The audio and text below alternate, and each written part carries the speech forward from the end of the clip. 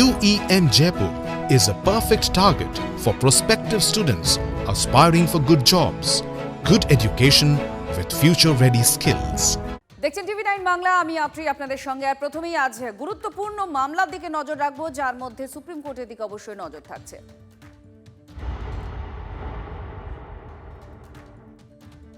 20 জন বিদ্রোহী তৃণমূল সাংসদের পদ খারিজের আবেদনে দ্রুত নিষ্পত্তির দাবি করা হয়েছে। অভিষেক বন্দ্যোপাধ্যায় সুপ্রিম কোর্টের দ্বারস্থ হয়েছেন।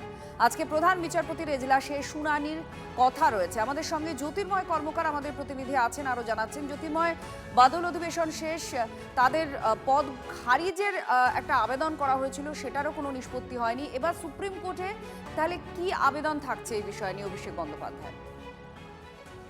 দেখো, এনসিপিআই এর 20 জন সাংসদ, বা বলা ভালো এক্ষেত্রে তৃণমূল কংগ্রেসের 20 জন সাংসদ, তারা এনসিপিআই ফর্ম করার আবেদন জানিয়ে স্পিকারের কাছে চিঠি দেন এবং স্পিকারের তাদের মান্যতা দেওয়ার কথা এবং সেই মোতাবেক তারা আবেদন করে।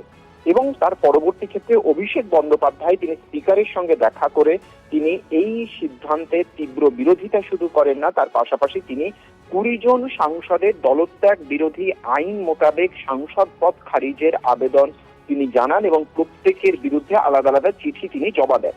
এর পরবর্তী ক্ষেত্রে সংসদের বাদল অধিবেশন শুরু হয়। সমস্ত বাদল অধিবেশন কেটে যায়, কিন্তু স্পিকার এখনো পর্যন্ত না এনসিপিআই কে মান্যতা দিয়েছেন, না অভিষেক বন্দ্যোপাধ্যায়ের যে আবেদন সেই আবেদন মোতাবেক তিনি 20 জন সাংসদের বিরুদ্ধে দলত্যাগ বিরোধী আইন অনুযায়ী তাদের সাংসদ পদ খারিজের ক্ষেত্রে কোনো সিদ্ধান্ত গ্রহণ করেছেন। বরং স্পিকার এই 20 জন সাংসদের আবেদন মেনে তাদের আলাদা বসার জায়গা বা তাদের আসন পরিবর্তন করে দিয়েছেন।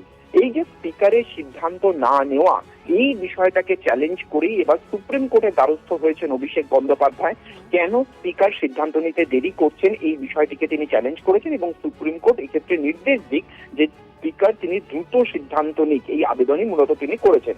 আজ প্রধান বিচারপতির এজলাসে শুনানি রয়েছে, আমাদের নজর থাকবে শুনানির দিকে। ধন্যবাদ জ্যোতির্ময়।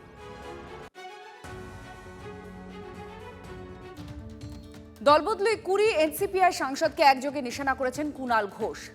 20 জন দলবদলুই কি আরো বড় লোক হলো? পোস্টে এই প্রশ্ন বেলেঘাটার বিধায়কের। নতুন গাড়ি কেনা নিয়ে নাম না করে ফের সুদীপ বন্দ্যোপাধ্যায়ের দিকে তীর ছুড়েছেন বেলেঘাটার তৃণমূল বিধায়ক। নিজের ব্যক্তিগত গাড়ি কেনার জন্য পার্টির কাছ থেকে টাকা চেয়েছিল লোকটা, মমতাদি দেননি। তারপরে দিল্লিতে রং বদল। সমাজ মাধ্যমে এই পোস্ট কুণালের।